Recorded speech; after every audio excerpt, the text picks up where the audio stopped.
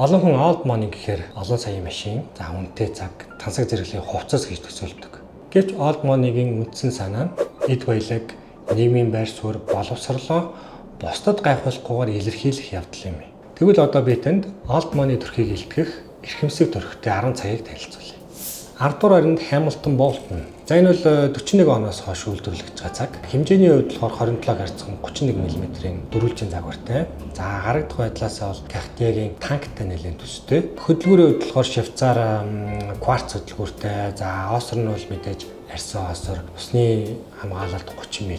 За энэ цаг бол Indiana Jones, за Superman зэрэг кинонуудад бол харагддаг. Энэ төрлийн цаганд бол Art Deco гэсэн юм дизайны хэм маяг бол шингэсэн байдаг. За одоогор бол та шинээр нь авах боломжтой.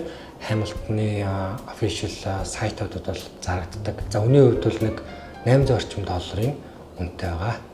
9-р харинд Seiko-гийн Dolce SAMC 171.